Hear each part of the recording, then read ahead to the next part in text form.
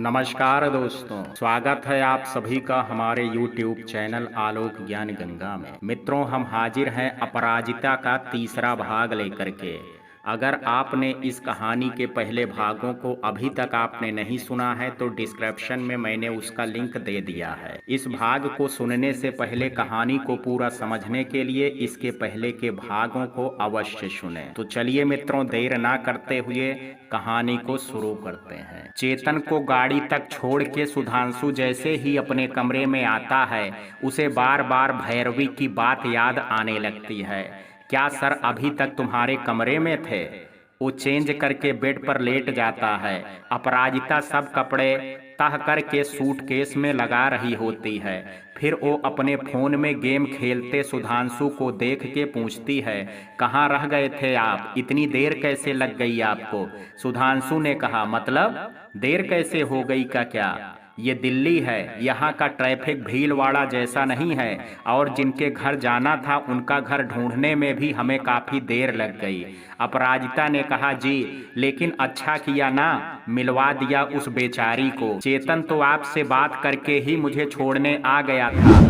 अच्छा, आपने कुछ खाया?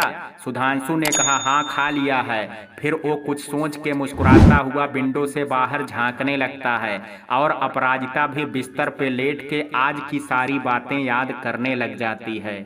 फिर वो सुधांशु की तरफ देख के सोचती है कि कितने अच्छे हैं ना ये। एक बार भी मुझसे ये नहीं पूछा कि मेरे और चेतन के बीच क्या बातें हुई या हमने टाइम कैसे काटा। सुधांशु पीछे पलटते हुए पूछता है, वैसे तुमने क्या खाया? अगर तुम्हें भूख लग रही हो तो कहो। अपराजिता ने कहा, नहीं नहीं, मैंने भी खा लिया है। नाश्ता ही इतना हो गया है कि बाकी की जगह ही नहीं बची है। अगले दिन उसकी ट्रेन 2 बजे होती है। वो तीनों होटल के ही रेस्टोरेंट में नाश्ता करने आते हैं। नाश्ते के बाद वो तीनों बाहर वॉक कर रहे होते हैं कि अपराजिता कहती है, सुनिए, अगर आप कहें तो थोड़ा शॉपिंग करने चले। बाहर ही अच्छा मार्केट है, और वैसे भी हमारी ट्रेन का टाइम तो दोपहर का है ना। सुधांशु ने कहा, ओह कमान अपराजिता, तुम्हें लगता है मैं ऐसे लोकल स्ट्रीट से शॉपिंग करूंगा? अगर तुम्हें वाकई कुछ लेना है तो चलो किसी अच्छे मॉल में चलते हैं। भैरवी भी ये सुन के मुंह नीचे करके मुस्कुराती है, जो कि अपराजिता देख लेती है। वो तीनों तैयार होके होटल से चेकआउट कर लेते हैं और सीधे पास के ही मॉल में चले जाते हैं। अपराजिता आज हाथ में नया पर्स टांगे होती है। सुधांशु उससे पूछता है, ये कब लिया तुमने? भैरवी भी रुक के देखती है। वो पर्स उसे भी बहुत अच्छा लगता है तो वो भी कहती है, हाँ अपराजिता बताओ ना, मैं भी ले लूंगी ऐसा ही। अपराजिता कहती है, ये पर्स तो मैंने और चेतन ने कल लोकल स्ट्रीट बाजार से लिया था, वहां तो आप लोग जाते नहीं है ना। भैरवी को तो हंसी ही बंद हो जाती है ये सुन के, पर सुधांशु से हंसता हुआ पूछता है, क्या तुम और सर लोकल बाजार में? आई कांट बिलीव, वो तुम्हारे साथ लोकल मार्केट में भी घूमे? अपराजिता ने कहा, घूमे नहीं, वो तो आपको आने में देर हो रही थी तो हम गोलगप्पे खाने रुके थे। सुधांशु पेट पकड़ के हंसता हुआ, क्या तुमने उनको सड़क के गोलगप्पे भी खिलवा दिए? जानती हो वो सिर्फ 5 स्टार का ही खाते हैं। ये सब सुन के भैरवी को तो जैसे मिर्ची लग जाती है। वो आगे चलते हुए अपराजिता से कहती है, वैसे तुम्हें नहीं लगता कि चेतन सर तुम्हारे पति के बास हैं? तो तुम्हें थोड़ा रिजर्व रहना चाहिए उनसे। अपराजिता ने कहा, बास तो मेरे पति भी हैं तुम्हारे, पर देखो ना, वो भी ऐसा कहाँ सोचते हैं। तो फिर मैं और चेतन तो बचपन के दोस्त हैं, कोई आपस में थोड़े ना मिले हैं तुम लोगों की तरह। अपराजिता बहुत ही सरलता से कह देती है, पर भैरवी को तो जैसे आग ही लग जाती है। अपराजिता बात करते हुए एक आर्टिफिशियल ज्वेलरी शॉप में घुस जाती है तो भैरवी धीरे से सुधांशु का हाथ पकड़ करके बाहर रोकती है, वैसे तुम मानो या ना मानो, चेतन सर का कुछ तो तुम्हारी बीबी से। क्या अब भी तुम्हें नहीं लगता है जो इंसान कैंटीन में भी खाना अलग बनवाता हो, वो भी 5 स्टार के शेफ से, वो तुम्हारी बीबी के साथ सड़क पे गोलगप्पे खा लेता है? तुम्हें कुछ अजीब नहीं लगा? सुधांशु ने कहा, यार तुम लेडीज फिजूल की बातों में कितना दिमाग लगाती हो। वो और अपराजिता एक दूसरे के घर आते जाते थे, बिल्कुल एक फैमिली की तरह। तो अब क्या फर्क पड़ता है कि वो उसके साथ गोलगप्पे खाएं या कुछ और? ऑफिस में वो मालिक हैं तो प्रोफेशनलिज्म तो मेंटेन करेंगे ही ना। भैरवी ने कहा, अच्छा सुनो, हम भी लोकल मार्केट चलें। सुधांशु ने कहा, पागल हो गई हो, अभी बोला था ना कि मैं लोकल मार्केट नहीं जाता। भैरवी उसे गुस्से में घूरती है। ट्रेन का टाइम हो जाता है। अपराजिता ने सबके लिए थोड़ा सामान लिया होता है। वो तीनों स्टेशन पहुंचते हैं। ट्रेन प्लेटफार्म पे लग चुकी होती है। वो बैठ जाते हैं कि तभी सुधांशु के फोन की घंटी बजती है। उधर से किसी की आवाज आती है कि चेतन सर आपसे बात करना चाहते हैं। वो फौरन अलर्ट हो जाता है। जी सर, हाँ पहुंच गए हैं, बस अभी बैठे हैं। हाँ हाँ ठीक है सर। फिर वो फोन अपराजिता को देते हुए कहता है, ये लो सर बात करना चाहते हैं। अपराजिता ने कहा, हेलो, हाँ हाँ कुछ आवाज नहीं आ रही है क्या? तभी फोन की बैटरी खत्म हो जाती है। वो तीनों अगले दिन भीलवाड़ा पहुंच जाते हैं। वहां फिर सब अपने कामों में बिजी हो जाते हैं। अब सुधांशु अक्सर ऑफिस से लेट आने लगता है और उसके बाद भी ज्यादातर फोन पे बिजी ही रहता है। बच्चे अपने एग्जाम्स के बाद अपनी अपनी हॉबीज में बिजी रहते हैं। एक दिन ससुर सास और अपराजिता साथ में बैठे होते हैं। अपराजिता साग काट रही होती है और सास ससुर चाय पी रहे होते हैं। तो ससुर कहते हैं, अब तो घर में लगता है हम तीनों ही रहते हैं, कोई और तो दिखता ही नहीं है। बस कुछ दिन बाद विभोर और जिया का रिजल्ट आ जाता है। विभोर ने स्कूल में टॉप किया होता है और जिया भी ठीक नंबरों से पास हो जाती है। तो इस खुशी में अपराजिता कहती है कि क्यों ना शहर से बाहर वाले माता के मंदिर चलें सब लोग, कितने साल हो गए हैं हम जा भी नहीं पाए थे ना। सास, हाँ हाँ ठीक रहे, सुधांशु से भी पूछ लें अगर उसके पास टाइम हो तो। अपराजिता ने कहा, जी आज जैसे ही ये आते हैं मैं पूछ लूंगी। सुधांशु के घर आने पे अपराजिता उससे इस बारे में पूछती है। वो कहता है, मैं आज नहीं कल बताऊंगा, कुछ ऑफिस का काम है तो पहले वो देख लूं कब तक हो पाएगा। अपराजिता ने कहा, जी अच्छा, जैसा भी हो मुझे बता दीजिएगा। अगले दिन वो ऑफिस में ये प्लान भैरवी को बताता है तो वो उससे कहती है, तो जाने दो ना सबको वहाँ, वैसे भी वहाँ से आते आते तो रात हो ही जाएगी, तब तक मैं और तुम साथ रह सकते हैं। अंशु ने कहा, मैं और तुम तो रोज ही साथ रहते हैं, मैं तो इसलिए पूछ रहा था कि क्यों ना तुम भी हमारे साथ वहां चलो। एक्चुअली मुझे वहां पूजा में बैठना होगा तो मेरा भी तो जाना जरूरी है। भैरवी ने कहा, तो जाओ और करवा लो पूजा, मुझे क्यों कह रहे हो? सुधांशु ने प्यार से उसका मुंह अपनी तरफ करते हुए, अरे तुम साथ रहोगी तो मुझे अच्छा लगेगा, फिर तुम भी तो देख लो ना कैसे होती है पूजा, आखिर आगे चल के तुमको ही तो करवानी है। ये सुन के भैरवी थोड़ा शांत होती है। सुधांशु घर में फोन करके बता देता है कि हम इसी शनिवार माता के मंदिर चलेंगे, आप सब तैयार रहें। उधर जब अपराजिता अपने इंस्टीट्यूट में शिल्पी जी को ये बात बताती है तो वो भी उससे साथ चलने को कहती है, क्योंकि उन्होंने भी अपने बेटे के लिए मन्नत मांगी होती है जिसे वो भी अभी तक पूरा नहीं करवा पाई थी। तो अपराजिता उनसे भी साथ चलने को कह देती है। सुधांशु जब ये सुनता है तो कहता है, अरे पर इतने लोग जाएंगे कैसे? बाबूजी उसे समझाते हुए कहते हैं कि बेटा, किसी को माता के दर्शन करवाने का मौका बहुत भाग्य वालों को ही मिलता है। मेन चौराहे से वहाँ के लिए मिनी बस मिलती है तो वहीं से पकड़ करके सुबह 6 बजे चलेंगे। अपराजिता खुशी से, हाँ ये ठीक रहेगा। सुनो जिया, विभोर, तुम लोग भी बताओ वहाँ के लिए क्या क्या खाने का सामान पैक करूं। बच्चों को तो दर्शन से ज्यादा वहाँ पिकनिक मनाने की खुशी होती है। अब सैटरडे का दिन भी आ जाता है। भैरवी को सुधांशु सुबह 5:30 बजे ही जाके ले आता है। शिल्पी जी भी स्कूटी से अपने बेटे चीकू को लेके आ जाती हैं।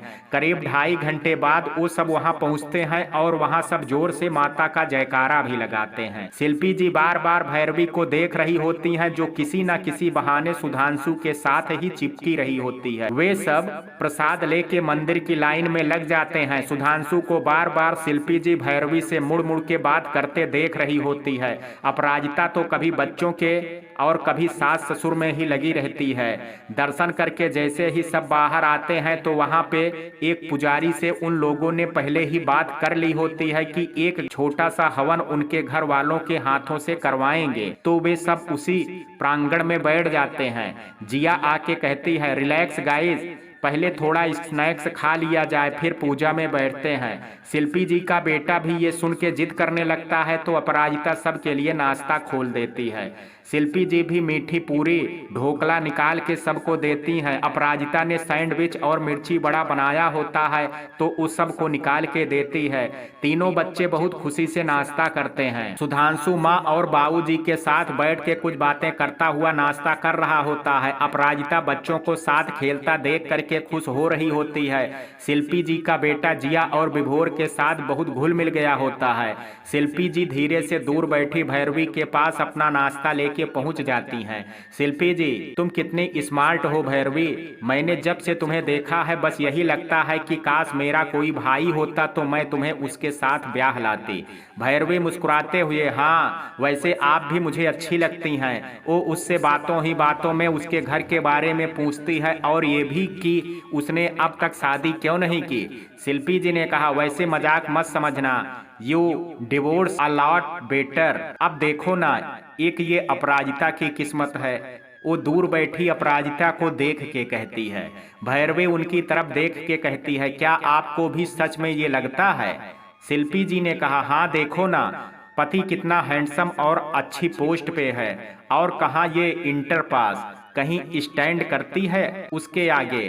भैरवी ने कहा, सही कहा आपने, और आपको पता है हमारी कंपनी के मालिक, फिर वो उनको पूरी बात मिर्च मसाला लगा के बताती है। शिल्पी जी ने कहा, अच्छा मुझे तो पहले ही शक था, अक्सर हमें भी बताती थी कि अपने किसी दोस्त के बारे में, अक्सर फोन भी करती रहती हैं उसे, पता नहीं इसके पति को ये सब पता भी है या नहीं। भैरवी ने कहा, अरे मैंने तो कई बार समझाने की कोशिश की उनको, पर वो मानने को तैयार नहीं है। शिल्पी जी ने कहा, मुझे लगता है इसका पति बहुत लट्टू रहता है इस पे, तभी विश्वास नहीं किया होगा। जब सारे जमाने को दिख रहा है तो भला उसको क्यों नहीं।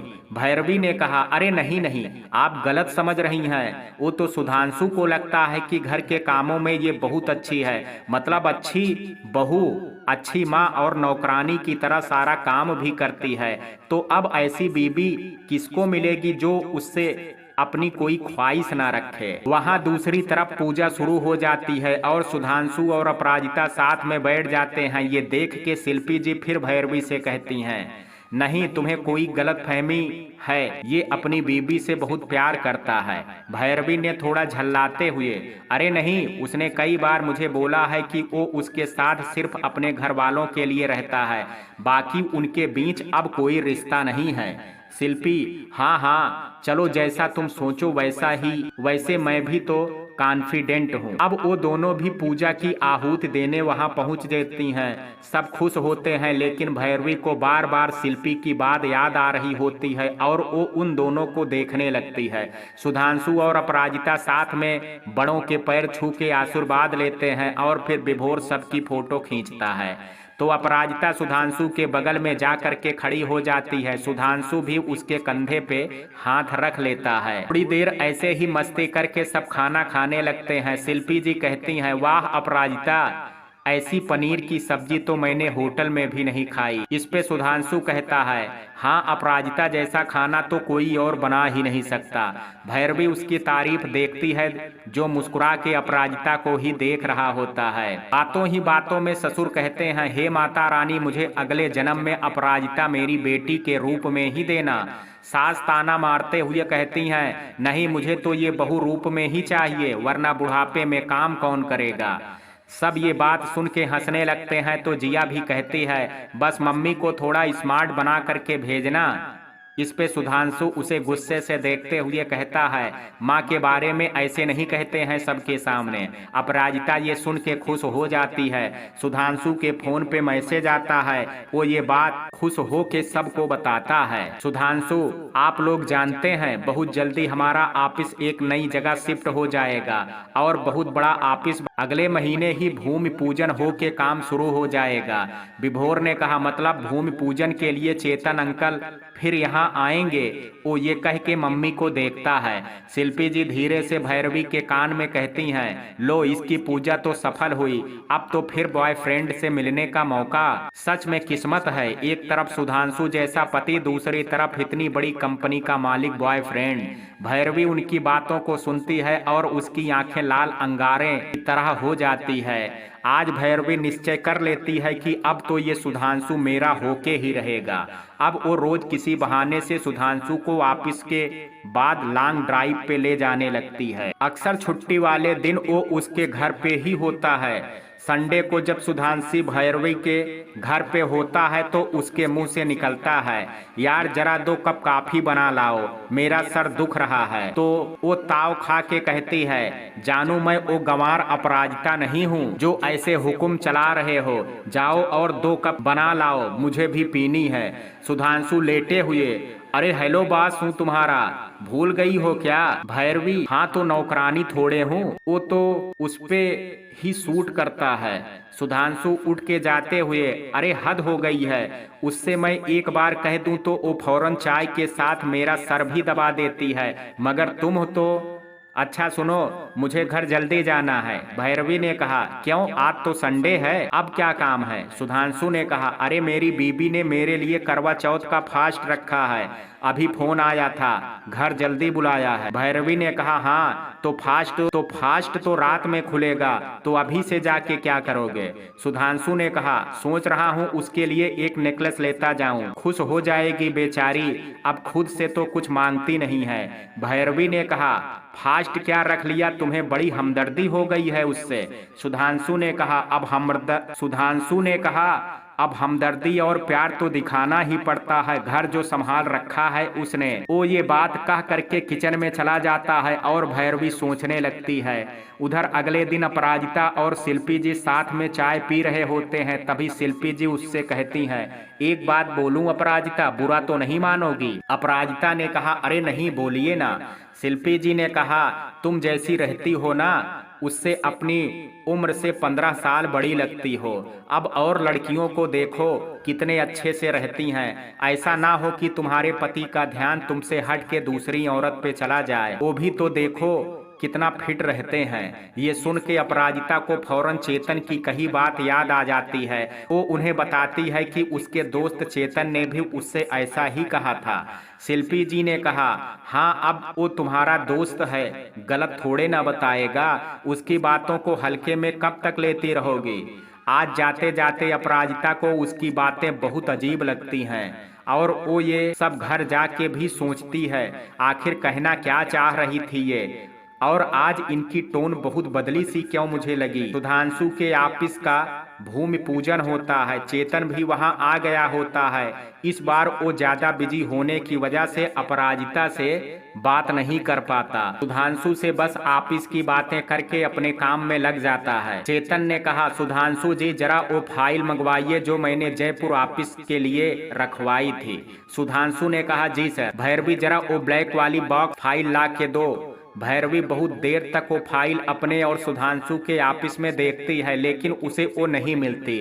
वो उन्हें पूरे ऑफिस में ढूंढ डालती है पर कहीं नहीं होती। वो ये बात धीरे से सुधांशु के जाके बताती है। सुधांशु पहले ढूंढता है, फिर ना मिलने पे चेतन से कहता है, शायद वो कहीं गाड़ी वगैरह में रख के मैं भूल गया हूँ, मैं कल तक आपको देता हूं सर। चेतन ने कहा, कल नहीं आज, मुझे वो आज ही अपने टेबल पे चाहिए, अभी जाइए और लेकर के आइए।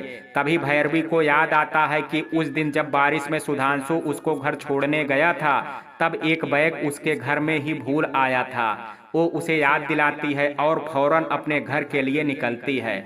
चेतन ने कहा, इसे क्या हुआ, ये घर क्यों चली गई? सुधांशु ने कहा, सर वो इसे याद आया कि शायद वो फाइल इसके घर पे रह गई। चेतन कुछ नहीं बोलता, मुंह नीचे किए हुए अपने लैपटॉप में काम करता रहता है। आज अपराजिता और शिल्पी जी जैसे ही घर जाने के लिए बाहर निकलते हैं तो शिल्पी जी कहती हैं, ओह क्या स्कूटी तो पंक्चर है, अब चीकू को ट्यूशन से लेने में भी देर हो जाएगी, पता नहीं कितना रोएगा। अपराजिता ने कहा, ओह अब क्या करें? तभी उधर से एक गाड़ी आके रुकती है। चेतन अंदर से पूछता है, क्या हुआ अपराजिता, यहाँ कैसे खड़ी हो? उसका होटल जाने का रास्ता भी वहीं होता है, तो वो उसे देख लेता है। अपराजिता उसे बताती है कि शिल्पी जी की स्कूटी खराब हो गई है, तो वो फौरन कहता है आप लोगों को मैं घर छोड़ देता हूँ और मेरा ड्राइवर अभी इसे ठीक करवा करके आपके घर छोड़ देगा। शिल्पी जी को ये सुन के बहुत अच्छा लगता है। वो जब शिल्पी जी को घर छोड़ने जाता है तो शिल्पी जी उससे कहती हैं कि सर आपने मेरे लिए इतना किया, तो अब आप बिना चाय पिए तो नहीं जा सकते हैं। वो भी मना नहीं कर पाता और उनके और चीकू से साथ अंदर चला जाता है। क्योंकि शिल्पा जी काफी सुलझी हुई और समझदार लेडी लगती हैं, तो वो उनसे काफी देर बात करता है। वो दोनों अपराजिता को लेके भी बात करते हैं। शिल्पी जी, वैसे जब आपको यहाँ इतने महीने रहना है तो आप कोई परमानेंट घर क्यों नहीं ले लेते? चेतन ने कहा हाँ, इनफैक्ट देख लिया है और जल्दी ही वहां शिफ्ट भी होने वाला हूँ। शिल्पी जी ने कहा ये तो बहुत अच्छी बात है, चलिए अपराजिता भी खुश हो जाएगी, कम से कम उसका एक दोस्त तो बढ़ा। चेतन ने कहा हाँ, पर उसे घर, पति, बच्चों से फुर्सत ही कहाँ मिलती है जो उसे फर्क पड़ेगा। शिल्पी जी ने कहा क्या कहा आपने? घर, पति और बच्चे? नहीं, सिर्फ घर और बच्चे, पति नहीं। चेतन ने कहा मीन्स? शिल्पी जी ने कहा पति को तो आपने ऑफिस में ही इतना काम दे रखा है कि बेचारे रात में भी 11:30 तक आते हैं, छुट्टी वाले दिन ही बाहर ही रहते हैं। चेतन उनकी तरफ देख के कुछ सोचने लग जाता है, फिर वो उठ के कहता है चलिए मुझे अब चलना चाहिए, फिर मिलते हैं। अब भूमि पूजन का दिन भी आ जाता है। चेतन ऑफिस के कुछ लोगों को अपनी फैमिली के साथ आने को कहता है। सारे डिपार्टमेंट के हेड को फैमिलीज के साथ लंच वहीं होता है। अपराजिता बहुत खूबसूरत साड़ी पहन के आती है, भैरवी भी सूट पहन के आती है। पूजा में चेतन सुधांशु को आगे बैठने को कहता है अपने साथ। भैरवी भी उसके पास आके बैठ जाती है, तो चेतन कहता है भैरवी तुम पीछे जाओ, इनकी पत्नी को बैठने दो पूजा में इनके साथ। भैरवी को बहुत गुस्सा आता है। चेतन फोन देखता हुआ जरा रुक जाइए पंडित जी, मेरे एक कजिन भी आने वाले हैं। दरवाजे पे एक छोटी बच्ची के साथ एक आदमी अंदर आता है।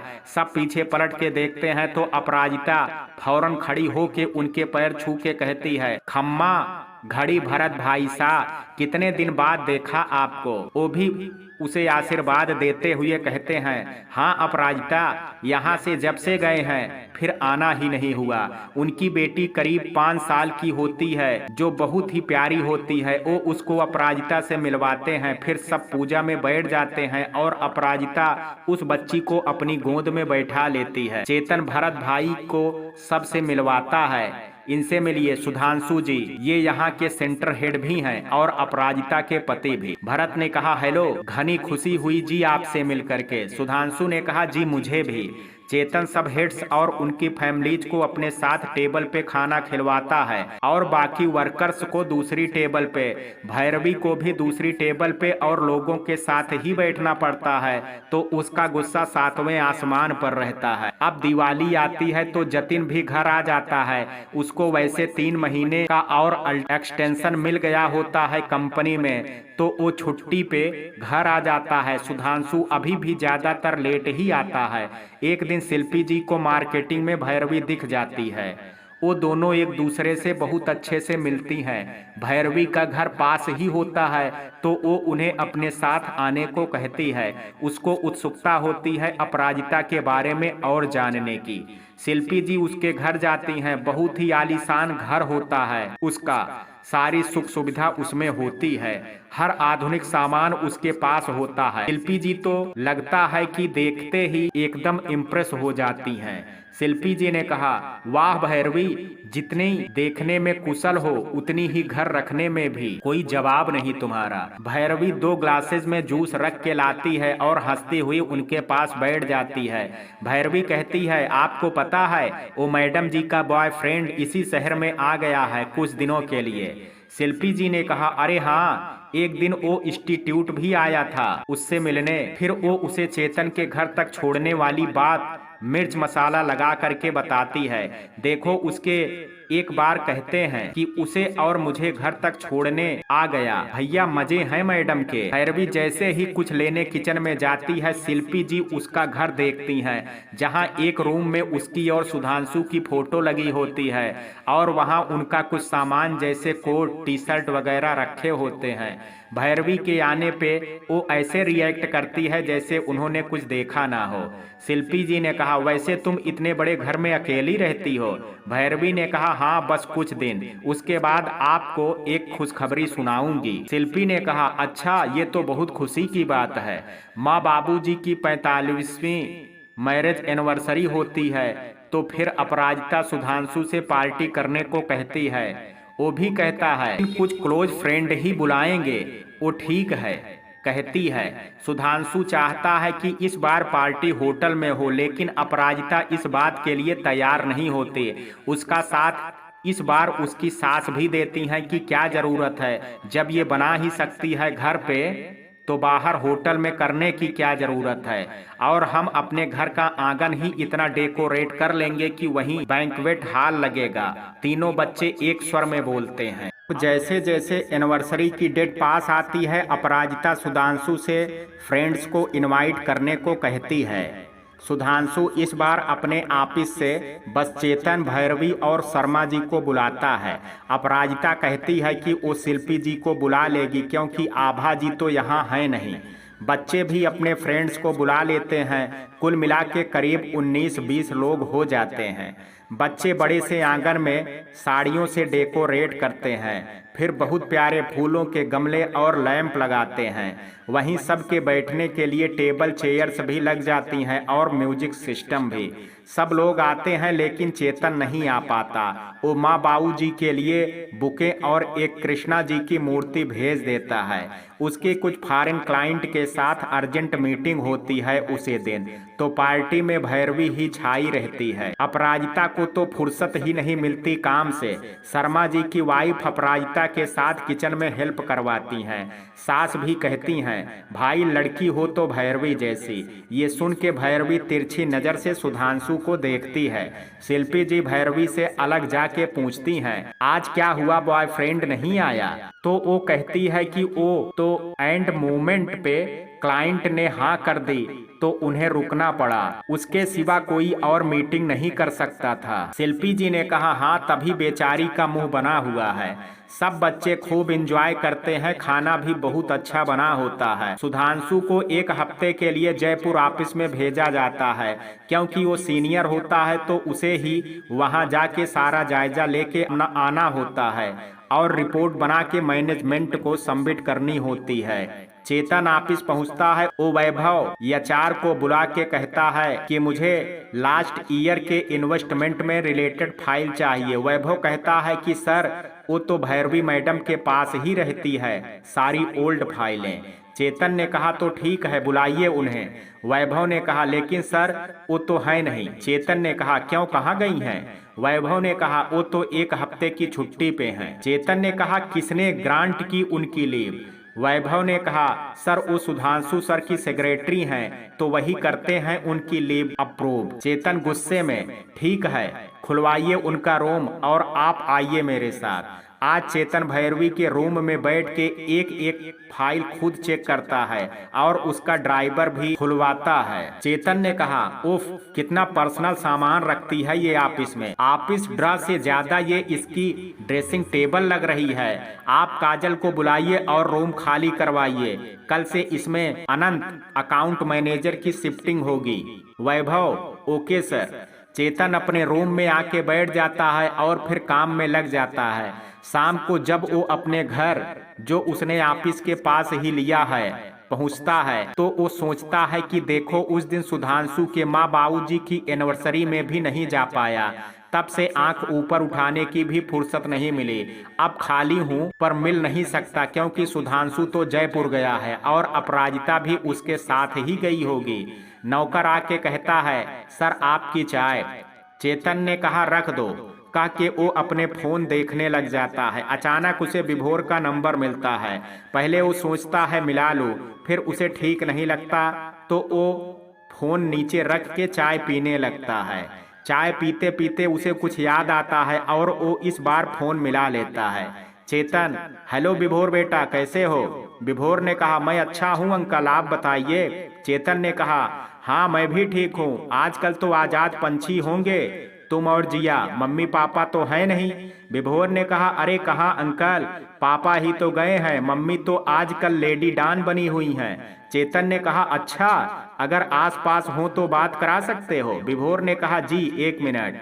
विभोर अपनी दादी की आदत अच्छे से जानता है, तो मम्मी को आवाज लगा के कहता है, मम्मी शिल्पी मासी का फोन है। अपराजिता कहती हुई आती है, अरे इस समय कैसे फोन आ गया शिल्पी जी का? कहीं चीकू की तबीयत तो खराब नहीं है? वो विभोर से फोन लेके कहती है, हेलो शिल्पी जी, क्या हुआ, सब ठीक तो है? उधर से 1 मिनट शांति रहती है, फिर जब वो दोबारा हेलो हेलो करती है तो उधर से चेतन की हेलो की आवाज आती है। वो फौरन विभोर की तरफ देखती है, जो उसे एक कान पकड़ के सॉरी का इशारा करता है। अब वो धीरे धीरे बात करने लगती है, फिर अपने रूम की तरफ चली जाती है। चेतन ने कहा, हाँ बस मुझे लगा कि तुम सुधांशु जी के साथ जयपुर गई होगी, तो पीछे बच्चों का हाल ले लूं। फिर विभोर से पता चला कि तुम तो यहीं हो, क्या हुआ, तुम भी चली जाती, घूम आती इसी बहाने। अपराजिता ने कहा, नहीं, वो जिया के पापा पूरा दिन काम में लगे रहते हैं, तो मैं अकेले क्या करती, यहाँ तो पूरा परिवार है। अच्छा तुम सुनाओ। चेतन ने कहा, अरे मैं उस दिन के लिए भी सॉरी चाहता हूँ, मैं आ नहीं पाया। अपराजिता ने कहा, नहीं मैं जानती हूँ, उस दिन काका की एनिवर्सरी भी थी, याद था मुझे, लेकिन जिया के पापा ने बताया तुम बिजी हो, इसलिए बात नहीं की मैंने। 1 मिनट, फिर दोनों तरफ शांति हो जाती है। अच्छा अपना ख्याल रखना, जब तक सुधांशु जी नहीं आ जाते, किसी चीज की दिक्कत हो तो मुझे बताना, ये कह के वो फोन काट देता है। अब जब सुधांशु जयपुर से लौट आता है, उसका बिहेवियर कुछ बदला सा होता है। वो ज्यादातर सबसे कम ही बोलता है और जब देखो फोन पे ही लगा होता है।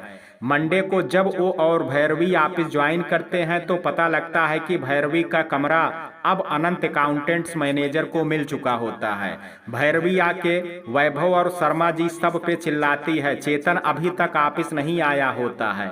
भैरवी ने कहा, ये क्या है मिस्टर वैभव, किससे पूछ करके आपने मेरा सामान यहाँ से शिफ्ट किया? क्या मेरे बॉस थे यहाँ पे, उन्होंने इसकी हिदायत दी थी? वो सुधांशु की तरफ देख के कहती है, जो चुपचाप खड़ा होता है। वैभव पान चबाते हुए कहता है, मैडम हमें ऊपर से ऑर्डर आया था। भैरवी, व्हाट? अब चेतन सर को इससे क्या मतलब, मैं कहाँ रहती हूँ कहाँ नहीं रहती हूँ, वो तो सिर्फ हेड से ही मिलते हैं ना। वैभव ने कहा, हाँ, उन्होंने ही कहा कि एक मामूली सी सेक्रेटरी को इतना बड़ा रूम देने की क्या जरूरत है, और हाँ, उन्होंने अभी आपका काम भी एक नई लड़की प्रेरणा को दे दिया है। वो पहले खुद आके डिसाइड करेंगे कि आपको क्या काम मिलेगा और मिलेगा भी या नहीं।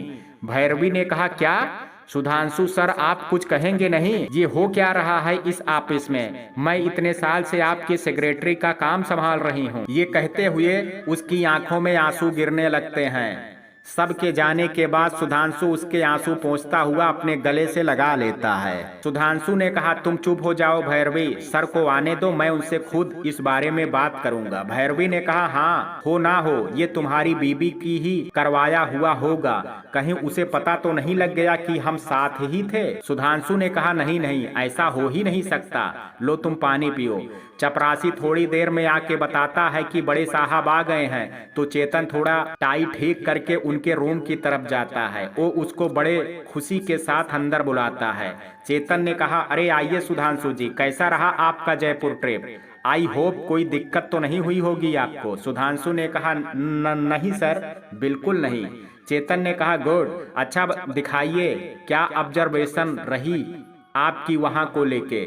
सुधांशु ने कहा, जी जी मैं बताता हूँ। सुधांशु उसको पहले अपनी रिपोर्ट दिखाने लग जाता है कि पहले काम दिखाऊंगा तो शायद मूड ठीक हो जाए, फिर भैरवी की बात करूंगा, वैसे भी शर्मा जी की तो आते ही पड़ी है। उधर जब सुधांशु को चेतन के चैम्बर में काफी देर हो जाती है तो भैरवी उसके रूम में ही उसके चेयर पे बैठ के अपना लैपटॉप खोल के बैठ जाती है। चेतन की सुधांशु से रिपोर्ट सुनते हुए नजर अपने लैपटॉप पे जाती है और वो फौरन पास रखी घंटी बजाता है। तुरंत नई लड़की प्रेरणा अंदर आके पूछती है, यस सर, कुछ काम था आपको?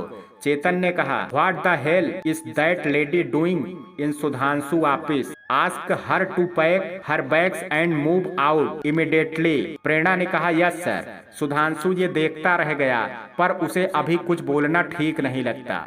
प्रेरणा सुधांशु के ऑफिस में जाके भैरवी को उस रूम से तुरंत बाहर निकलने को कहती है। ये सुन के भैरवी तो जैसे आग बबूला हो जाती है और प्रेरणा से कहती है, हाउ डेयर यू, तुम कल की आई लड़की मुझे बताओगी कि मुझे कहाँ बैठना है और कहाँ नहीं? प्रेरणा ने कहा, देखिए मैं वही कर रही हूँ जिसके लिए मुझे इंस्ट्रक्शन है, वरना मेरी आपसे कोई ज्यादती दुश्मनी नहीं है। भैरवी ने कहा, तुम जानती क्या हो मेरे बारे में? कभी ऑफिस वालों से मेरे बारे में पूछना, सारा काम मैं ही संभालती हूँ, अकेले 4 लोगों का। प्रेरणा ने कहा, मुझे किसी से कुछ नहीं पूछना है, मैं तो बस अपना काम कर रही हूँ और वो मैं अच्छे से जानती हूँ। भैरवी ने कहा, अच्छा क्या काम है तुम्हारा? प्रेरणा ने कहा, manager corporate related and assist to centre head. Bhairavi ने कहा, क्या ये डिसीजन तुम्हें किसने दिया? आई मीन वो मैनेजमेंट कारपोरेट रिलेटेड तक तो ठीक है, लेकिन सुधांशु की असिस्टेंट तो मैं हूँ ना? प्रेरणा ने कहा, थी, आप थी पहले, अब नहीं है। और जब आप अपनी इतनी तारीफ कर रही हैं तो आपको बता दूं, आपने लास्ट 1 ईयर में जो ट्रांजैक्शन किए हैं उन पे मैं इंक्वायरी बैठा रही हूं। जहां 1 लाख खर्च हो सकते थे वहां आपने 4 लाख की डील की है। एक ही वेंडर को हर काम कैसे दिए गए? 3 कोटेशन क्यों नहीं ली गई? आपको लास्ट कंपनी से क्यों निकाला गया था? और कुछ जानना चाहती हैं अपने बारे में या रहने दूं? भैरवी को तो जैसे काटो खून नहीं, उसका चेहरा सफेद पड़ जाता है और वो धीरे से अपना लैपटॉप लेके कहती है, just ask Sudhanshu that I am waiting in canteen. वो अपना सामान उठा के ये कहती हुई निकल जाती है। सुधांशु की भी ये देख के हवा खराब हो जाती है कि इनके लैपटॉप में सारे ऑफिस के सीसीटीवी कनेक्टेड है, मतलब ये पूरे ऑफिस को जायजा यहाँ बैठ के ही ले लेते थे। अभी मेरा भैरवी के बारे में कुछ भी कहना ठीक नहीं होगा। वो अब अपनी रिपोर्ट दिखा चुका होता है चेतन को, तो अब वो वहां से जाने लगता है। जैसे ही वो अपने रूम में जाके बैठता है, फौरन मिस्टर वैभव उसके रूम में प्रेरणा को लेके आते हैं। सर, वैसे तो आप इनसे मिल ही चुके हैं सर के रूम में, लेकिन मैं इंट्रोड्यूस करवा देता हूँ, ये है मिस प्रेरणा सरीन, आपकी नई assistant and manage corporator related, बहुत ब्राइट हैं ये, throughout merit holder and MBA from IMI। Sudhanshu ने कहा, हाँ hello Prerna, come have a seat. Prerna आके बैठ जाती है और उसको अपने लैपटॉप में पुराने कुछ जरूरी डील्स का स्क्रीनशॉट दिखाती है जो उसने तैयार कर लिया होता है। सुधांशु बेमन मुस्कुरा के उसको ओके कहता है, फिर वो लैपटॉप में देखती हुई कहती है, सर वो मिस भैरवी आपका कैंटीन में इंतजार कर रही हैं, मुझे बोल के गई हैं। सुधांशु ने कहा, ठीक है मैं मिल लूंगा। फिर वो बाकी पेपर्स को देखता हुआ प्रेरणा से कहता है, वैसे तुम्हें अचानक कैसे रिक्रूट कर लिया गया? आई मीन आपने सेक्रेटरी का इंटरव्यू तो मैं खुद लेता हूँ। प्रेरणा ने कहा, सर वो पहले मुझे आपकी सेक्रेटरी के तौर पे नहीं लिया गया था, मुझे तो कारपोरेट रिलेटेड के लिए ही लिया गया था, पर बाद में मुझे बुला के बोला गया कि मुझे आपको भी असिस्ट करना है। ये इतनी अच्छी जॉब ऑफर थी कि मैं मना नहीं कर पाई। सुधांशु ने कहा, हाँ अच्छा, लेकिन भैरवी को कहाँ शिफ्ट किया गया है ये पता है तुम्हें? प्रेरणा ने कहा, सर अभी तो उनके खिलाफ इंक्वायरी चलेगी, इसके बाद ही डिसाइड होगा कि वो इस कंपनी में हैं भी या नहीं। सुधांशु ने कहा, व्हाट व्हाई? फिर वो उसको सारी बात बताती है, सर इसके अलावा भी बहुत कुछ है जो अभी सामने आएगा। चेतन सर की जगह कोई और होता तो अब तक पुलिस कंप्लेंट फाइल कर चुका होता।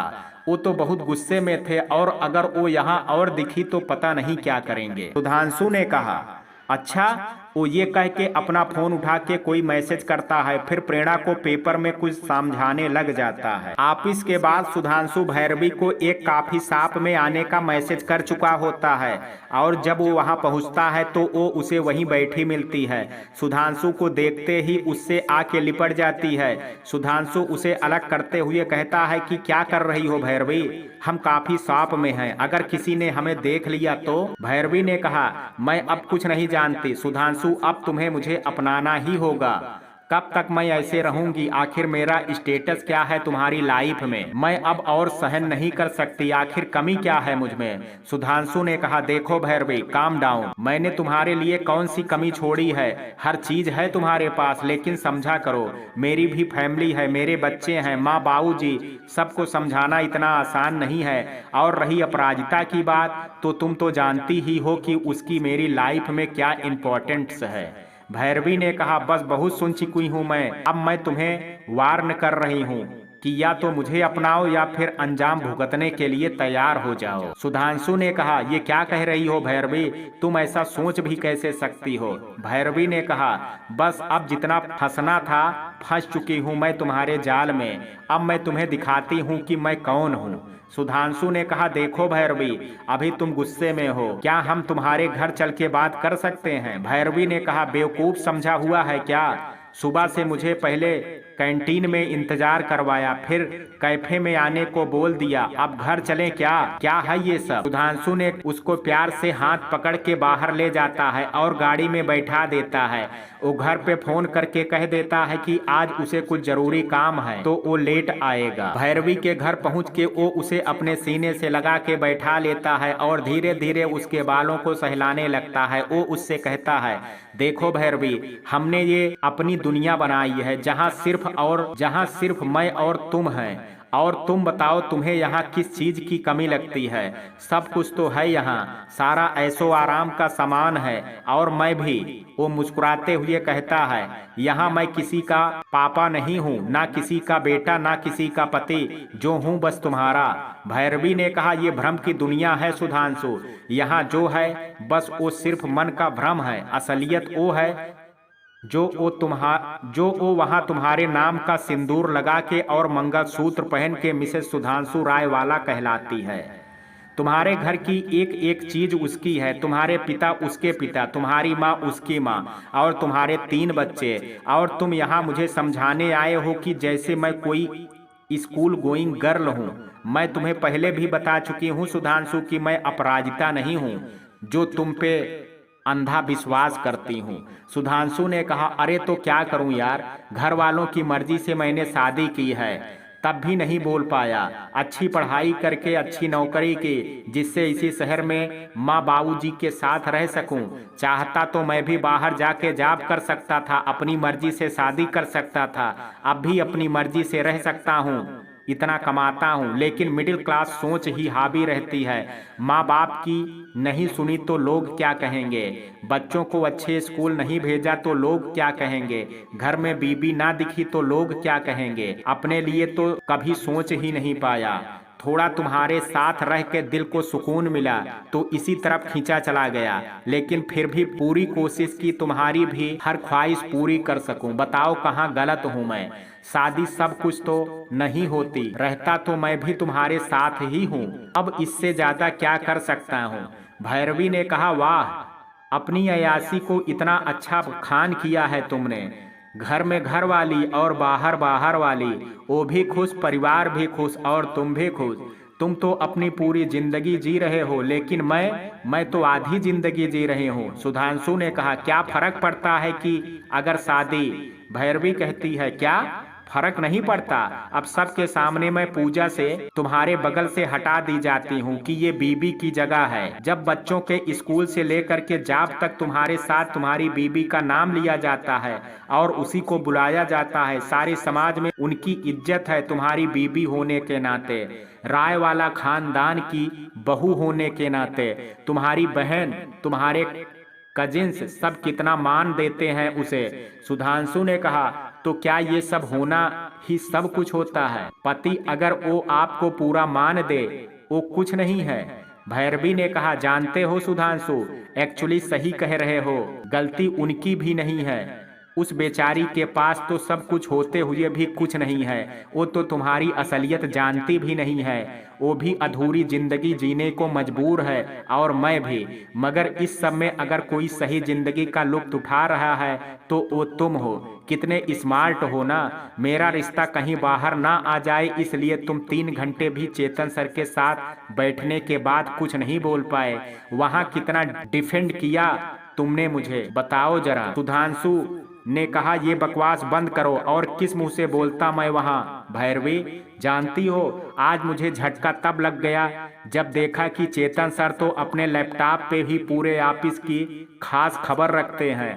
अब सोचो, क्या वो हमारे रिश्ते को नहीं जान चुके होंगे? और जो तुमने किया है ना, सारी की सारी डील अपने भाई को दिलवाई है। जानती हो इसके लिए वो मुझे और तुम दोनों को जेल की सजा करवा सकते हैं। कितना फाइनेंशियल लॉस हुआ है उनका, फिर भी उन्होंने मुझे बिल्कुल नहीं जताया कि वो ये सब जानते हैं। अब ना जाने कैसे उन्हें फेस करूंगा मैं। भैरवी ने कहा, ओह कितने अच्छे हैं वो। माय फुट, जाके देखो कहीं तुम्हारी बीबी को सब सच ना बता चुके हों।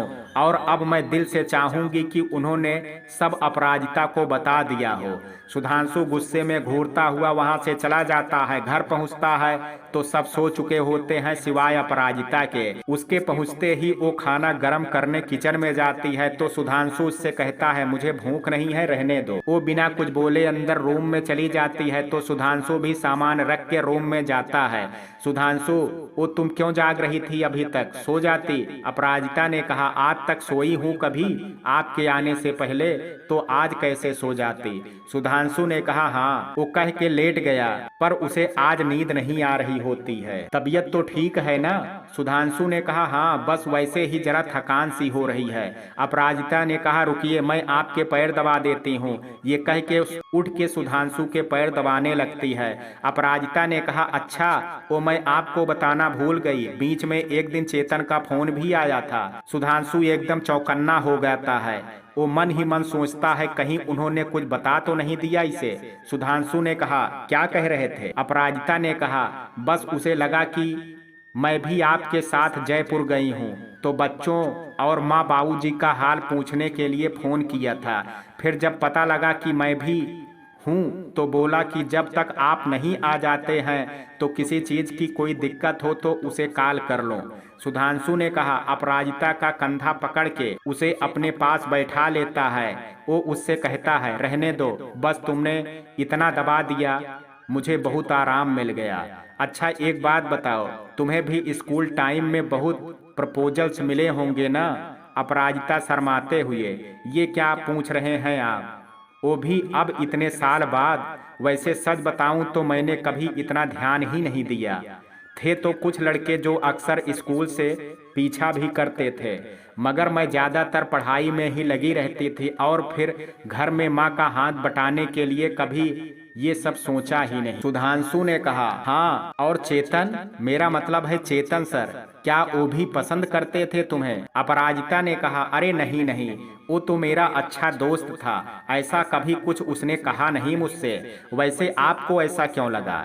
सुधांशु ने कहा, नहीं बस ऐसे ही पूछ लिया। दोनों दूसरी तरफ करवट लेके लेट जाते हैं। अपराजिता मन में सोचती है, उसका तो पता नहीं, लेकिन हाँ शायद मैं एक टाइम बहुत प्रभावित थी उससे, उसकी अच्छाई से, लेकिन हमारा घर उनके सामने कुछ भी नहीं था। और फिर लगता तो मुझे भी था कि वो भी मुझे पसंद करता है, ठंडी सांस भर के, लेकिन होता वही है जो ईश्वर को मंजूर होता है। वो पढ़ने चला गया और मेरी शादी हो गई। इनके घर का रिश्ता इतना अच्छा था कि अपने घर वालों की खुशी के आगे मैंने घुटने टेक दिए। मगर आज भी याद है मुझे जब तुमने जाने से पहले मेरे पास आके कहा था, देखना अपराजिता, 5 साल बाद आके बहुत बड़ा सरप्राइज दूंगा तुम्हें, शायद अभी सही वक्त नहीं है, इंतजार करना। तब शायद उसकी बात मैं ठीक से समझ नहीं पाई थी और बाद में बहुत देर हो गई। फिर वो एक आंख में आंसू लिए सुधांशु की तरफ पलटी है जो सर पे हाथ रखे लेटा होता है। वो फिर से अपने मन में कहती है, उसके बाद तो मैंने आपके सिवा किसी को चाहा ही नहीं। ये भी सच है जिया के पापा। सुधांशु एकदम हाथ हटा के पूछता है, कुछ कहा तुमने? अपराजिता ने कहा, नहीं तो। अब वो दोनों फिर करवट बदल के लेट जाते हैं अपने ही सपनों और जिंदगी के कसमकस में खोए हुए। दूसरी तरफ चेतन भी बिस्तर पर लेटा हुआ होता है, उसकी आंखों में भी नींद कोसों दूर होती है। वो भी बस यही सोच रहा होता है, का नहीं कर सकती थी मेरा इंतजार, कह के तो गया था। फिर एक आंख से आंसू उसके भी बहने लगते हैं। भैरवी भी आज पछतावे और बदले की आग में जल रही होती है। उसे भी नींद कहाँ। वो भी सोचती है सब कुछ अच्छा होने के बाद, अच्छी पढ़ाई, अच्छा घर, अच्छी सूरत, अच्छी नौकरी, अच्छा बॉयफ्रेंड, सब कुछ होने के बाद भी आज मैं अकेली हूँ। एक शादी ही सब कुछ है। अच्छा होता कि मैं तभी अभिषेक यानी पहले बॉयफ्रेंड से शादी के लिए हाँ कह देती। कितना चाहता था वो शादी करके घर मेरे साथ बसाना, लेकिन तब मैंने सिर्फ अपने करियर को तरजीह दी। क्या मिला आज मुझे ये सब करके? अब कुछ भी नहीं है मेरे पास। आज सबकी जिंदगी में एक ही गाना गूंज रहा होता है, जिंदगी का सफर है ये कैसा सफर, कोई समझा नहीं कोई जाना नहीं। रोते रोते जमाने में आए मगर हंसते हंसते जमाने से जाएंगे हम किधर, किसे है खबर, कोई समझा नहीं कोई जाना नहीं। और इधर भैरवी और अपराजिता, ऐसे जीवन भी है जो जिए ही नहीं, जिनको जीने से पहले ही मौत आ गई। फूल ऐसे भी हैं जो खिले ही नहीं, जिनको खिलने से पहले फिजा आ गई। है परेशान नजर थक गए चारागर, कोई समझा नहीं कोई जाना नहीं। अगले दिन जब सुधांशु ऑफिस पहुंचता है तो उसे पता चलता है कि चेतन सर अभी बहन के घर जयपुर गए हैं। सुबह एकदम फोन आया और वो निकल गए। वो जाके सारा काम संभाल लेता है। भैरवी कुछ दिन घर से बाहर नहीं निकलती और ना ही किसी के फोन का जवाब देती है। सुधांशु किसी क्लाइंट से मिलके होटल से बाहर आ रहा होता है। वहीं मार्केट में शिल्पी जी अपने बेटे के लिए कुछ सामान खरीदने आई होती हैं, तो दोनों रुक के बात करने लगते हैं। बात करते करते दोनों बाहर की तरफ आ जाते हैं तो शिल्पी जी ऑटो बुलाने लगती हैं। सुधांशु कहता है आज क्या हुआ, आपका हेलीकॉप्टर कहाँ है? वो भी हंस के कहती हैं हेलीकॉप्टर जरा बनने के लिए गया हुआ है, तो चलिए आज मैं आपको छोड़ देता हूँ। वो भी ज्यादा मना किए बगैर बैठ जाती है। बीच में ही भैरवी का फोन आ जाता है और ऐसा लगता है जैसे उसकी आखिरी सांसें चल रही हो। वो उसे घर बुलाती है तुरंत। सुधांशु फोन पे हेलो हेलो भैरवी चिल्ला रहा होता है और कुछ समझ नहीं पाता। वो फौरन भैरवी के घर की तरफ गाड़ी मोड़ लेता है। वो इशारे से शिल्पी को गाड़ी में ही रुकने को कहता है। जैसे ही वो उसके घर पहुंचता है तो घर का दरवाजा खुला होता है। अंदर जाते ही वो देखता है कि भैरवी उसके मुंह बोले भाई जिसने कंपनी में घपला किया होता है उसके और उसके एक दोस्त के साथ बैठी होती है। वो सुधांशु को देख के कहती है आओ आओ भाई साहब, हमने ही बुलवाया था तुम्हें। वो हैरानी से भैरवी की तरफ देखता है जो आराम से वहीं बैठी होती है। सुधांशु ने कहा ये क्या है रंजन, इस तरह क्यों बुलाया मुझे यहाँ? रंजन ने कहा पहले बैठ तो जाओ भाई साहब, वो हमने सुना है कि हमारे खिलाफ कंप्लेंट की गई है। हमें धमकी मिली है कि या तो हम उस बिल्डिंग में माल बदलें या वो पैसा लौटा दें। तो तुम ही बताओ भाई जी, अब तुम्हारे रहते अगर हमें ये सब करना पड़ा तो तुम रह पाओगे आराम से? सुधांशु ये सुन के गुस्से में आ जाता है क्या बकवास है, मुझे इस बारे में कुछ नहीं पता। रंजन ने कहा ठीक है तो लो ये पेपर पे सिग्नेचर करो कि ये सब तुमने किया है और वो पैसा तुम्हें ही मिला है। सुधांशु ने कहा तुम पागल हो गए हो, ये मैं कैसे कर सकता हूँ? रंजन ने कहा नहीं कर सकते हो तो मार खाओ। सुधांशु भैरवी की तरफ देखता है जो बाहर देख के एकदम चहक के कहती है और शिल्पी जी आप आइए ना। सुधांशु ये देख के हैरत में आ जाता है कि शिल्पी जी सारी बातें दरवाजे से सुन चुकी होती हैं और जिस तरह भैरवी उन्हें अंदर बुलाती है उस तरह लगता है कि वो उसकी बहुत पक्की दोस्त है। तभी रंजन फिर कहता है सुना नहीं हमने क्या कहा, और वो जोर से पैर पटकता आके सुधांशु की गर्दन पकड़ लेता है। शिल्पी जी हैरत से कहती हैं भैया ये क्या कर रहे हैं, जरा आराम से बात कीजिए, देखिए यहाँ लेडीज भी हैं। रंजन का दोस्त चुपचाप बैठ जाओ, हमारे मामले में दखल मत दो, हमें अपना काम करने दो। और वो ये कह के सुधांशु के गले पे चाकू रख देता है। फिर रंजन हाथ झाड़ता हुआ वहां खड़ा हो जाता है और सुधांशु से कहता है अब ये चाकू तुम्हारी गर्दन से तभी हटेगा जब तुम इस पेपर पे साइन कर दोगे। शिल्पी जी ने कहा अरे भैया प्लीज ऐसा मत कीजिए, भैरवी समझाओ ना इन्हें। भैरवी ने कहा ये ठीक कर रहे हैं, आप इधर आ जाइए और इन्हें इनका काम करने दीजिए। सुधांशु ये सब देख के हैरान हो रहा होता है। उसे उन दोनों ने ऐसे पकड़ लिया होता है कि अगर वो जरा भी हिलता तो चाकू उसके गर्दन के आर पार हो जाती। जब शिल्पी जी वहां से नहीं हिलती हैं तो रंजन उनका एक हाथ पकड़ के खींचता है। तभी शिल्पी जी की एक छलांग से उनका हाथ उसकी गर्दन पे होता है और पैर की मार से वो दूसरा लड़का भी नीचे गिर चुका होता है। उसके हाथ से चाकू वहीं गिर जाता है। अब इससे पहले कि वो चाकू उठा पाए, शिल्पी जी फिर उसे टांग से धकेल के एक मुक्का रंजन के मुंह पे मारती हैं, जिससे वो चारों खाने चित होके गिर पड़ता है। अब वो फटाफट नीचे से चाकू उठा के उन दोनों को एक साइड करती हैं। भैरवी उन्हें हैरानी से देख के कहती है, अरे ये क्या कर रही है शिल्पी जी, ये तो मेरी तरफ से हैं। सुधांशु जो अपने मुंह का पसीना पोंछ रहा होता है और हैरत से शिल्पी जी को देख रहा होता है। उसे देख के शिल्पी जी कहती हैं, चलिए यहाँ से सुधांशु जी, अब इनका हिसाब पुलिस को ही करने दीजिए। तभी भैरवी फिर से कहती है, अरे ये उस अपराजिता के बॉयफ्रेंड का किया धरा है। मैं भी नहीं चाहती कि सुधांशु को कुछ हो, लेकिन मैं और सुधांशु बहुत ही जल्दी शादी करने वाले हैं। क्यों सुधांशु, बताओ ना इन्हें। तभी शिल्पी जी वापस से पलटती हैं और एक जोरदार तमाचा भैरवी के गाल पे रसीद करती हैं और बड़े धीमे स्वर में कहती हैं, अपराजिता नहीं हूं मैं, समझी। शिल्पी जी का जोरदार थप्पड़ पड़ते ही भैरवी तिलमिला उठती है। सुधांशु और शिल्पी जी ने मिलके उन दोनों बदमाशों के हाथ पीछे बांध दिए होते हैं। भैरवी लाचारी से उन दोनों को देखते हुए, अरे इसके सामने अच्छा बनने का नाटक क्यों कर रही है?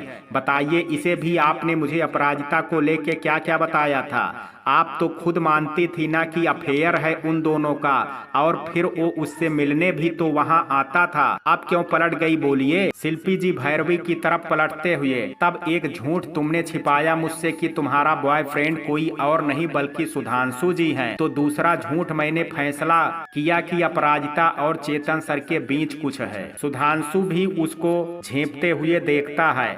वैसे कितनी बेवकूफ हो ना तुम, तब भी नहीं समझी कि अपराजिता तो तुम्हारी जिंदगी में तब भी आती, अभी बॉस की बीबी है, और यदि चेतन जी के साथ उसकी शादी हुई होती तो सुपर बॉस की बीबी होती, तो इस जन्म में वो उसका साथ तुमसे छूटता नहीं। वैसे तुम जैसी लड़कियां सबको अपनी तरह ही समझती हैं, और उससे भी बुरी बात मुझे जो लगती है कि अपराजिता जैसी लड़कियां भी तुम जैसों को अपने जैसी समझती हैं। वो हर किसी पे आंख बंद करके विश्वास कर लेती हैं।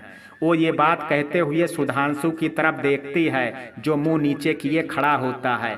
पुलिस आ जाती है और उन दोनों को पकड़ के ले जाती है। सुधांशु और शिल्पी जी भी पुलिस स्टेशन पहुंच जाते हैं, जहां उन दोनों की कंप्लेन कर देते हैं। वहां से बाहर निकलते ही सुधांशु अपनी गाड़ी की स्टीयरिंग पे सर रख करके बैठ जाते हैं। शिल्पी जी बगल वाली सीट पे बैठते हुए कहती हैं, I hope you are okay Sudhanshu ji. Sudhanshu sir ऊपर उठाता है तो उसकी आंखें एकदम लाल होती हैं। वो बिना शिल्पी जी की तरफ देखे हुए कहता है, मुझे समझ नहीं आ रहा है मैं आपका शुक्रिया कैसे करूं शिल्पी जी। अगर आज आप मेरे साथ नहीं होती तो। शिल्पी जी ने कहा, अरे इसमें शुक्रिया की क्या बात है, आप अपराजिता के पति हैं और वो मेरी अब तक की सबसे अच्छी और सच्ची दोस्त है। जानते हैं सुधांशु जी, ऐसे सच्चे लोग बड़े नसीब वालों को मिलते हैं, जैसे अपराजिता है, चाहे वो दोस्त हो या बीबी। सुधांशु ने कहा, जी मैडम, मैं समझ चुका हूँ ये बात। जिसको मैंने सब कुछ दिया उसने मुझे मरवाने की साजिश की, और जो रात दिन मेरे और मेरे परिवार के लिए एक टांग पे खड़ी रही उसकी कभी कद्र ही नहीं कर पाया। शिल्पी जी ने कहा, मैं भगवान का शुक्रिया करती हूँ कि आपको वक्त रहते समझ आ गई। अब आप भी मुझसे वादा करिए कि आप अपराजिता को हमेशा खुश रखेंगे।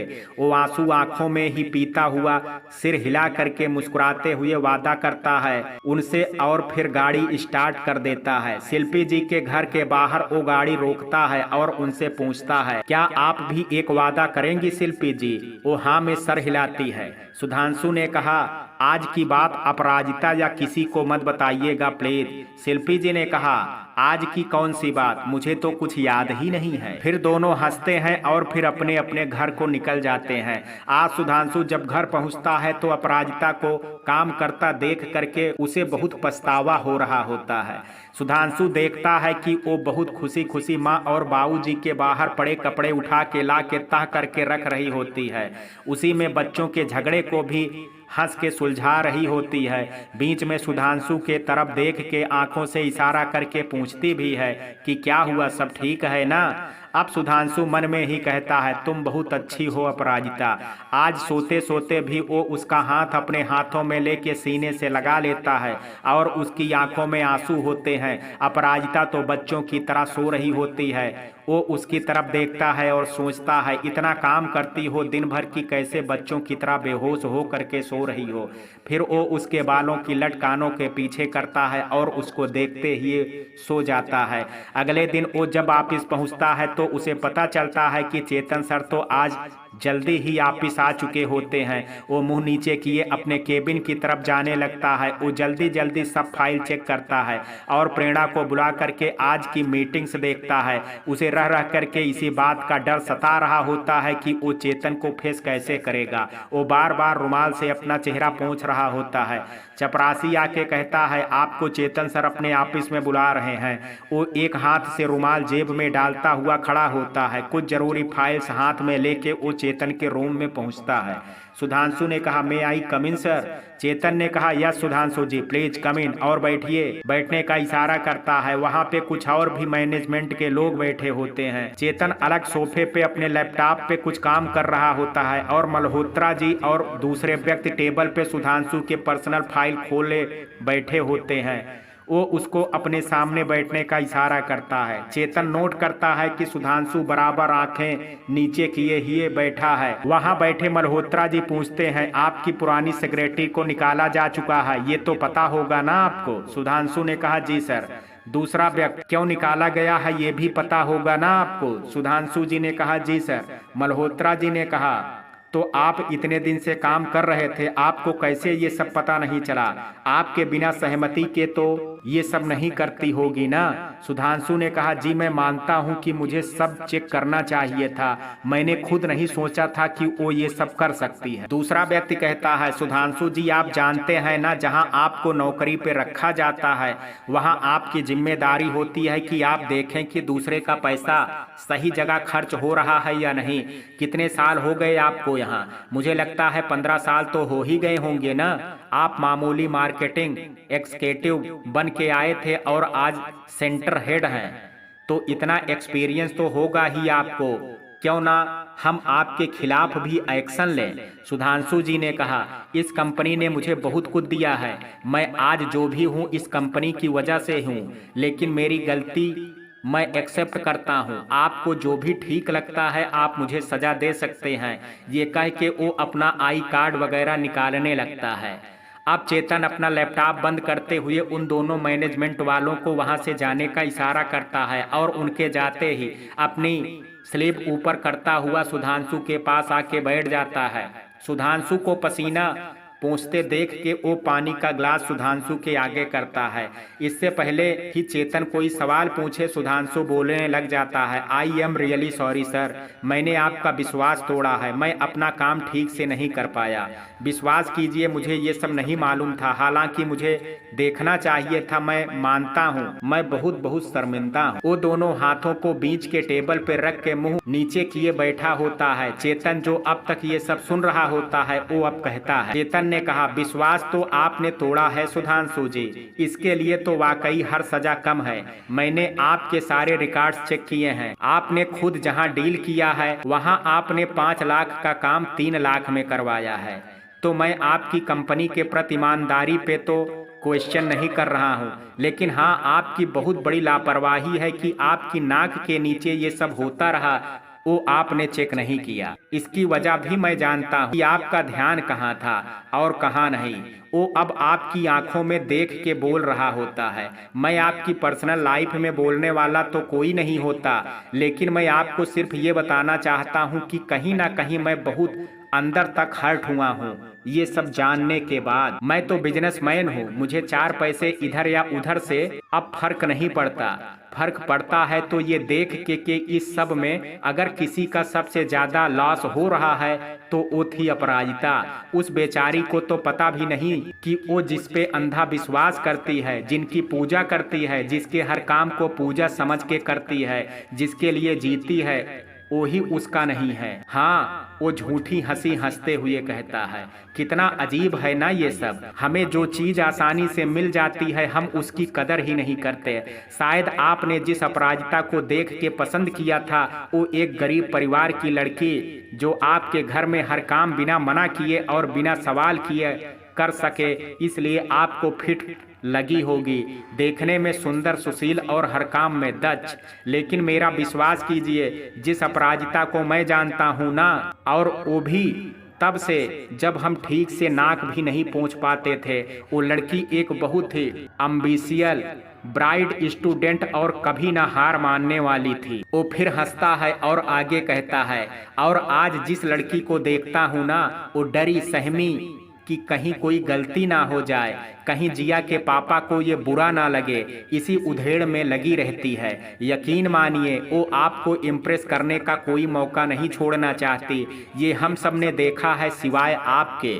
वो आपसे पागलों की तरह प्यार करती है और आपने क्या किया उसके साथ। शायद आप ये भी नहीं जानते हैं कि वो अच्छी लड़की थी, इसलिए अपने घर वालों की खुशी के लिए उसने शादी के लिए हाँ की, वरना आज वो कहीं डॉक्टर या इंजीनियर होती और एक आत्मसम्मान के साथ जी रही होती। ये जो लड़की काबिलियत ना हो के सिर्फ खूबसूरती के बल पे नौकरी करती है ना, इनको तो एक ना एक दिन मुंह की खानी ही होती है। आप जैसे लोग इनके जाल में फंस जाते हैं। मैं जिस अपराजिता को जानता हूँ एक बहुत खुश रहने वाली लड़की थी। उसके साथ ये सब देख के मुझे बहुत बुरा लगा। मैं उसका बचपन का दोस्त हूँ और हमेशा रहूंगा। सुधांशु जो अब तक आंसुओं को दबाए बैठा था अब रोक नहीं पाया और उसको एक दिन पहले वाली सारी बात बताता है। सुधांशु ने कहा, मैं खुद अब पछतावे की आग में जल रहा हूं सर। मैं बहक गया था और अपनी खुदगर्जी में उसके जीवन का ख्याल नहीं रख पाया। जब उसके घूमने फिरने के दिन थे तब वो घर के चूल्हे चौके में लगी रही। मैं हर पल उसकी बेइज्जती करता रहा और वो सब कुछ चुपचाप सहन करती रही। बच्चों को भी पाला और माँ बाबूजी का भी ध्यान रखती रही। कभी मुझसे कुछ नहीं मांगा उसने। सच में वो बहुत अच्छी है सर। अब चेतन कहता है, कल इतनी बड़ी बात हो गई और आपने मुझे बताया भी नहीं। मैं उसे तुरंत पुलिस के हवाले करता। ठीक है, मैं देखता हूँ कि कैसे उन सबको कड़ी से कड़ी सजा दिलवाऊं।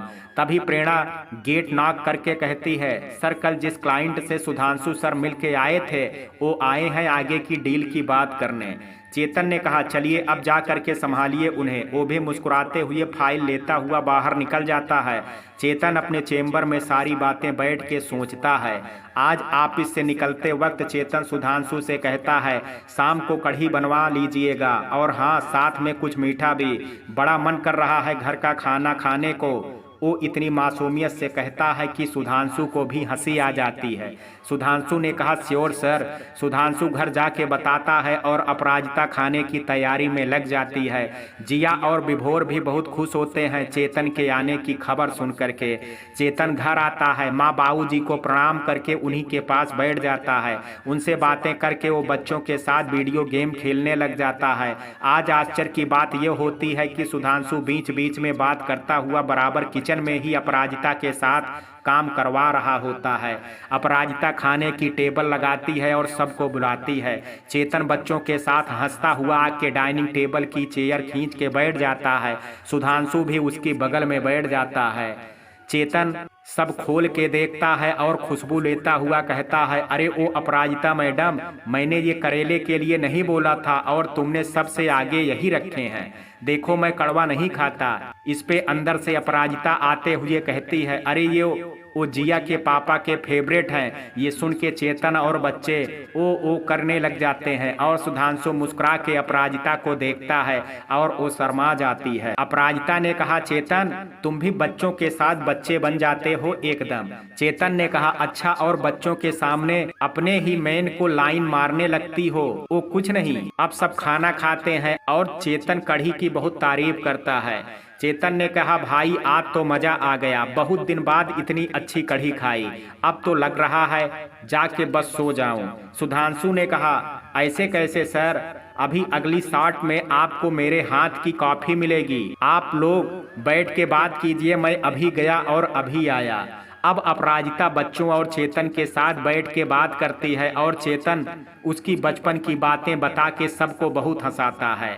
काफी की सिप लेके चेतन कहता है, वाह शानदार, अपराजिता मानना पड़ेगा, तुम्हारा असर इधर भी दिखने लगा है। अब जब चेतन जाने लगता है तो सुधांशु उसको ले जाते हुए कहता है, थैंक यू सर। तो वो भी पलट के हाथ मिलाते हुए कहता है, इट्स ओके। सुधांशु चेतन को बाहर तक छोड़ के आता है तो अपराजिता सब साफ करके किचन ठीक कर रही होती है। वो उसे देखता है और उसके मन में गाना बजता है, आवारगी में बन गया दीवाना, मैंने क्यों सादगी को नहीं जाना। रात में अचानक फोन बजता है और पता चलता है कि शिल्पी जी का बेटा चिंटू बहुत बीमार होता है। वो अपराजिता से कहती है कि कैब की स्ट्राइक होने की वजह से उसे हॉस्पिटल नहीं ले जा पा रही है। उसे बहुत तेज बुखार होता है और सांस तेज चल रही होती है। अपराजिता जैसे ही ये सुनती है कहती है, सुधांशु उसके हाथ से फोन ले लेता है। सुधांशु ने कहा, हाँ क्या हुआ चिंटू को शिल्पा जी, आप घबराइए मत, अब बस अभी पहुंचते हैं। वो फटाफट अपराजिता को चलने के लिए बोल के गाड़ी निकाल लेता है। वो दोनों जैसे ही उनके घर पहुंचते हैं तो देखते हैं चिंटू को बदन बुखार से जल रहा होता है। सुधांशु उसे गोद में उठा के बाहर भागता है और उससे कहता है कि आप दोनों घर लाग करके जल्दी आइए। वो तीनों चिंटू को लेकर सिटी हॉस्पिटल पहुंचते हैं जहां डॉक्टर उसका चेकअप करते हैं। उसे फौरन आईसीयू में भर्ती करा दिया जाता है। वो तीनों वहीं बाहर खड़े होते हैं। शिल्पी जी रो रो के बहुत उदास हो जाती हैं। अपराजिता उन्हें दिलासा देती हैं। डॉक्टर बाहर आकर के 20,000 सबमिट करने को बोलते हैं। सुधांशु फौरन अपना कार्ड निकाल के दे देता है। किसी तरह रात कटती है और अब चिंटू की हालत भी स्टेबल होती है। उन तीनों को उससे मिलने दिया जाता है। अब उनको एक रूम में शिफ्ट कर दिया जाता है। शिल्पी जी अपराजिता और सुधांशु से कहती हैं कि अब वो दोनों घर जाएं और रेस्ट करें। वो दोनों भी उनको रूम में शिफ्ट करवा के निकल जाते हैं। थोड़ी देर रेस्ट करके अपराजिता नाश्ता तैयार कर देती है और वो विभोर के लिए टिफिन में नाश्ता दे के हॉस्पिटल दे आने को कहती है। विभोर हॉस्पिटल पहुंचता है। शिल्पी जी चिंटू को सर गोद में लिए बैठी होती हैं। उन्हें उदास देख के विभोर कहता है, अरे मेरी सुपर वुमन मौसी, अब आप हटिए और चैंप से मुझे बात करने दीजिए। चिंटू भी उसको आया देख करके मुस्कुराता है। विभोर ने कहा, चैंप अब आप लेट के देखो, मैं आपको कैसे जादू दिखाता हूँ। वो फनी फेस बना के उसे खूब हंसाता है। शिल्पी जी बहुत प्यार से सब देख रही होती हैं। उसके लिए अस्पताल से आया नाश्ता वो उसे खिलाने की कोशिश करती है तो वैभव उनको कहता है, रुकिए मासी, चैंप मेरे साथ खाएगा और आप ये लीजिए और बेकार सा खाना और बेकार सा मम्मी का बनाया दलिया खाइए। तीसरे दिन चिंटू को अस्पताल से छुट्टी मिल जाती है और अपराजिता और सुधांशु डेली उसको देखने जाते हैं और शिल्पी जी का खाना भी पहुंचाते हैं। उनके माता पिता भी पूना से आ जाते हैं। वो भी अपराजिता और सुधांशु से मिलके बहुत इम्प्रेस होते हैं। आभा जी और मदन सर भी चिंटू को देखने पहुंच जाते हैं। मित्रों, कहानी के इस भाग में आज इतना ही। शेष कहानी कल सुनेंगे भाग 4 में। कहानी का ये भाग आपको कैसा लगा, आप अपनी राय मुझे कमेंट बॉक्स में जरूर दीजिएगा। वीडियो पसंद आया हो तो वीडियो को लाइक शेयर, अगर चैनल पर पहली बार विजिट कर रहे हैं तो कृपया चैनल को सब्सक्राइब करना ना भूलें। कल मिलते हैं कहानी के शेष भाग के साथ, तब तक के लिए जय हिंद, जय भारत।